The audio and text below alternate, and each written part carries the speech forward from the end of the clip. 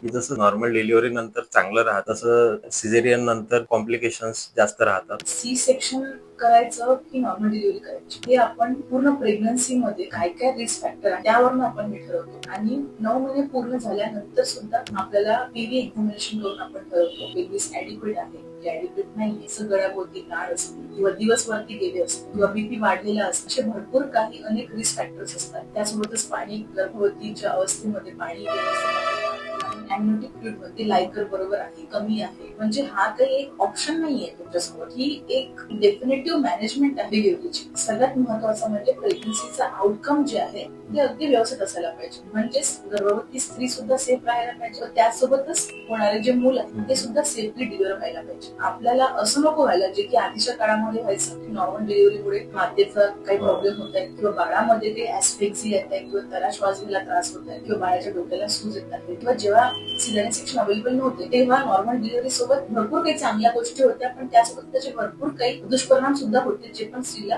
आणि होणाऱ्या मुलाला जे भोगावे लागायचे. त्यामुळे आता जे ऍडव्हान्स ट्रीटमेंट आलेलं आहे त्याच्यामध्ये आपण सोनोग्राफीद्वारे जे आपण सबसिक्वेंटली 9 महिन्यामध्ये सोनोग्राफी करतो म्हणजे चेकअप करतो त्यावरून आपण हेच ठरवतो की प्रेग्नन्सी तुमची कशी कॅरी फॉरवर्ड होत आहे, म्हणजे काय काय रिस्क फॅक्टर्स आहे, प्रेग्नन्सी व्यवस्थित चालली आहे का, या गोष्टी सगळ्या आपण ठरवून जेव्हा 9 महिने पूर्ण होतात तेव्हा आपण हे ठरवतो की नॉर्मल डिलिव्हरी ट्रायल करायला पाहिजे की सिझेरियन सेक्शन करायला पाहिजे. तर हा एक तुमच्यासमोर ऑप्शन नाहीच आहे की कुठलं करायला पाहिजे, एक डेफिनेटिव्ह ट्रीटमेंट आहे. जसं तुम्हाला डॉक्टर सांगतील त्यानुसार तुम्ही योग्य ते मार्ग तुम्ही निवडायला पाहिजे.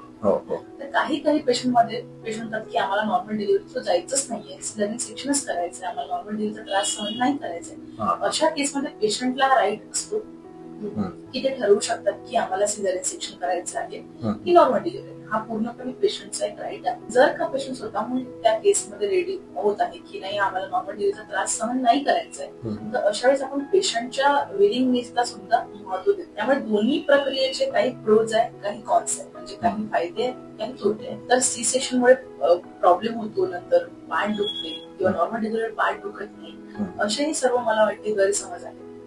ही एक डेफिनेटिव्ह ट्रीटमेंट आहे ज्याच्यामधून आपल्याला बाळ आणि आई दोघंही सुरक्षितरित्या बाहेर आणायचे आहेत, पण डॉक्टरांच्या सल्ल्यानुसारच तुम्ही तो ऑप्शन निवडायला पाहिजे असं मला वाटतंय.